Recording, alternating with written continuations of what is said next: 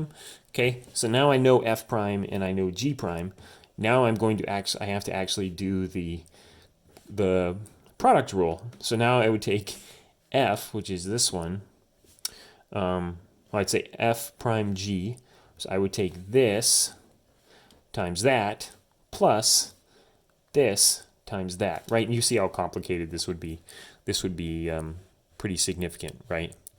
But again, I don't have to do that. I can just go ahead and simplify. Okay, so I've got a difference of squares. This is going to be z plus 1, z minus 1. So that's going to cancel out that. And I've got z plus 2, which doesn't really, let me just make sure. That's z squared minus 4. So that is a minus 4. So this is going to be z minus 2, z plus 2, right? And my z plus 2 plus 2. And so this just simplifies to z minus 2 times z plus 1. Okay, so you're able to simplify that pretty easily, get it down to here. And then if I wanted to really simplify it, I get z squared plus z minus 2z, so minus z minus 2. And then the power rule is 2z minus 1, right? 2z minus 1. Boom. So pretty easy, right? This would not be easy. Okay, so I would have to find out f prime and g prime, and then I would go f prime times g plus g prime, which is here, g prime times f, and then I would have to simplify that hideous, disgusting thing there, right? By the way, you know, this times that, I would get a, what do I have? I have a z squared minus, yeah, so yeah, don't even think about that. All right, it would be a long page long process, right? But luckily I don't have to do that. Just simplify first, get it down to this, which is very simple, to this right here, which is very simple, and then you can multiply it through and use the power rule, right? Okay. All right, so looks like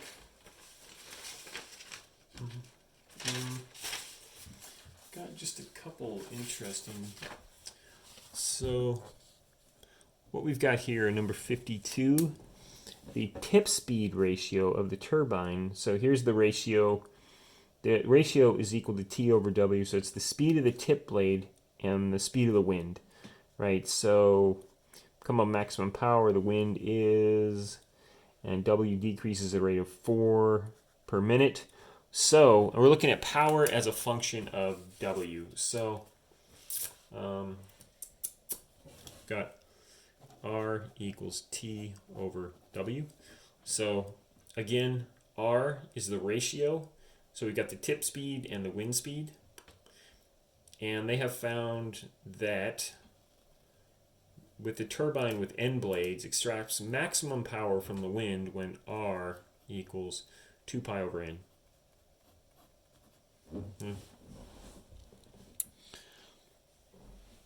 Calculate dr dt if W is 35. So we want dr with respect to T. In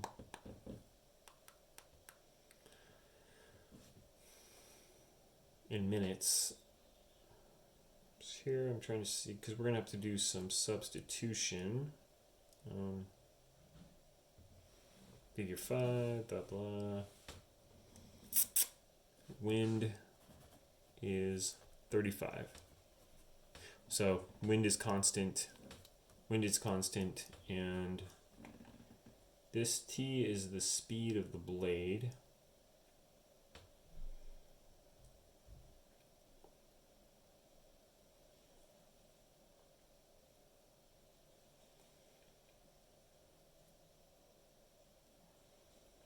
I think with T.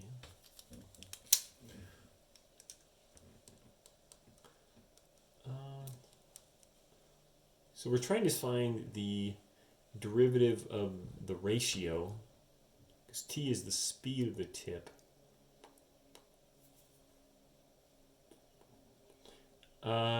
that's miles per, what is that, feet per second?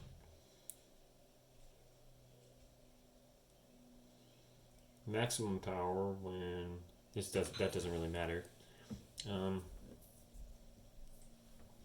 Kilometers per hour. Oh, here we go. Decreases. W is changing at a rate of 4 kilometers per hour per minute. Each minute it's decreasing, and the tip speed has a constant value of, so t is constant.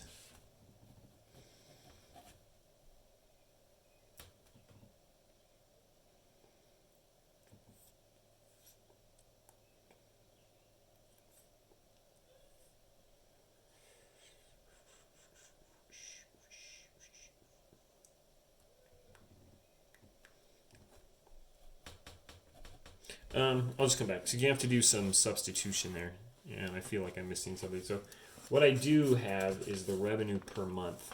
Right? So I think that's actually not a hard one at all, but I'll look at it in a second. So here we have a revenue per month earned by the couture clothing chain at a time t. R of t is, so the revenue is equal to N of t is the number of stores, S of t is the average revenue per store. Okay, so again, I'm an economist. I like these revenue. So, I mean, this is a great application of derivatives as marginal revenue. Right, so, Couture embarks on a 2-part campaign. One is they want to build new stores at a rate of 5 stores per month. S is changing.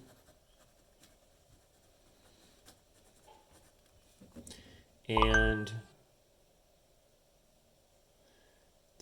5% B to use advertising. They want to increase average revenue per store at a rate of 10,000 per month. So this is S prime. So again, we want this to change at a rate.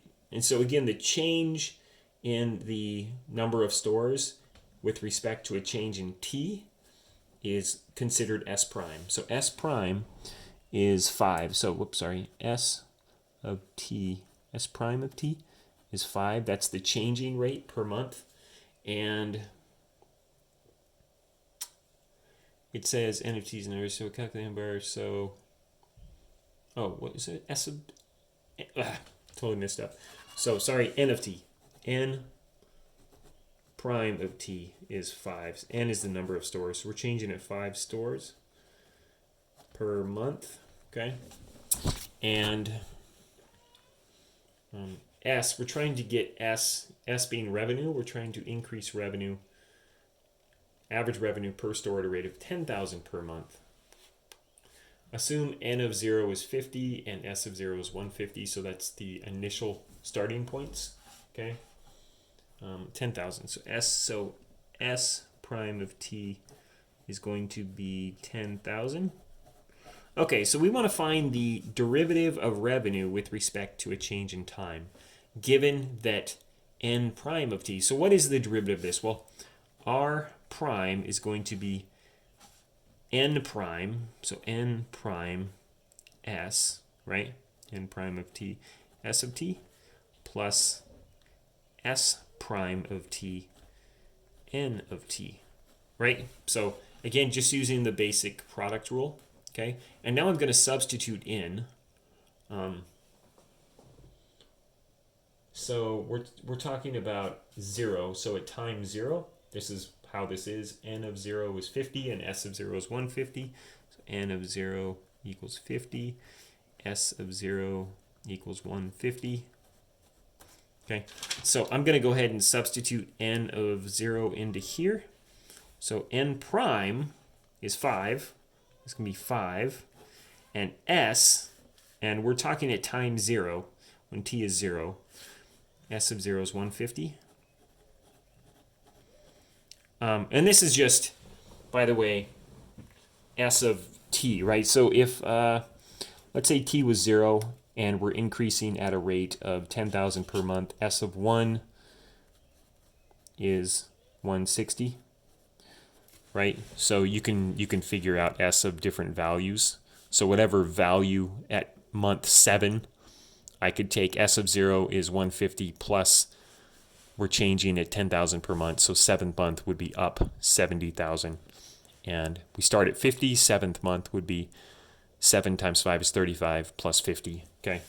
So it's going to be 5 times whatever S of t is in it times 0 plus S prime of t is S prime is 10,000 times n, which again is the number of stores, and that's S of n of 0 is 50, right? So this would give me the revenue, the change in revenue at time 0. And all that means is that at time 0, I have an increase of 5 stores at $150,000 per store. That's my average, right? Is average revenue per store is 150, and I have 5 stores, and I'm adding an increase of $10,000 per store times those 50 stores, right? So this would give me, at the initial time when my project exists, I'm going to increase my revenue from month 0, from the starting point. I can expect an increase in revenue by increasing from 0 to 1. So in the first month, I would expect this to be my increase in revenue, right? So again, I started with 5 stores at $150,000 per store, and I'm adding $10,000 for each store times those 50 stores. And that's basically what that means, right? So that's going to be 750 plus 500, right? So $1.25 million would be my expected increase in revenue. Okay, and again, that's if I increase by 5 stores, and you can look at your starting revenue. You can go ahead and do this simply, right? So take the amount of revenue, 5 stores at $150,000 per store, and then see if I have 6 stores, or sorry, 50 stores. Sorry, 50 stores.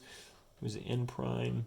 5. I'm increasing by 5 stores, $150,000 per store, and then each of my 50 stores is going to have a $10,000 increase. Okay.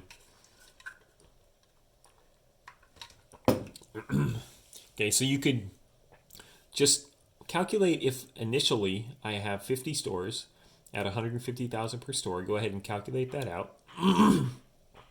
And then the next month, let's say I had 55 stores at $160,000 per store, right? And the difference should be equal to this. Okay, so let me, calculator was sitting right here because it's right there. So let's go ahead and see if that works.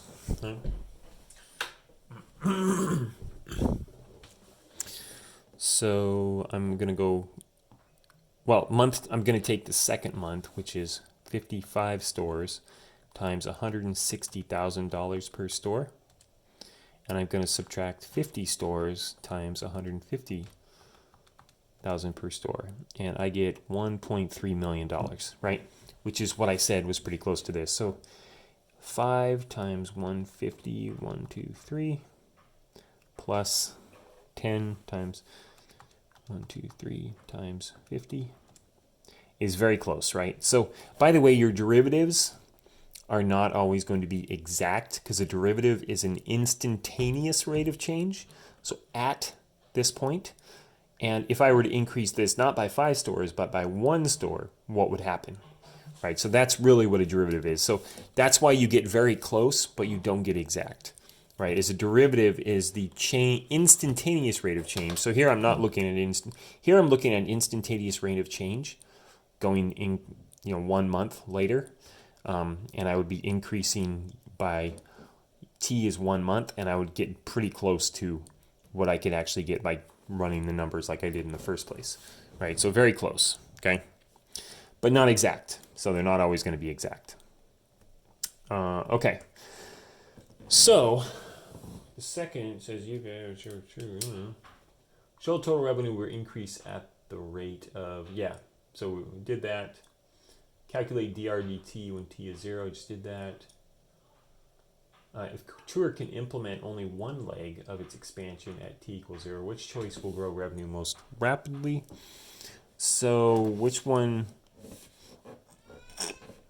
Well, you can actually calculate that out, right? So would it be better to stay at 150 per store at 55 stores or at 50 stores and 160, right? So which one of these is bigger? That is, right? So let's see. Let's make sure. 150 times 55 stores is 8.8 million 250, and 50 stores is 8 million. So yeah, like I said, it's a $250,000 difference, right? So if you look at this is 750 and this is 500. So the difference would be $250,000. You'd be $250,000 better off by increasing your stores and maintaining average sales than you would by same stores but increasing average sales, right? So you're looking at which one's bigger, the change in revenue, change in number of stores with the same revenue, or the change in the revenue with the same number of stores. Because again, that's the change in the revenue, right? S prime given a change in T, right? Okay, so those are good questions. I do really like, again, I do economics, so you know how much I like economics, right? Okay, I'm going to upload this.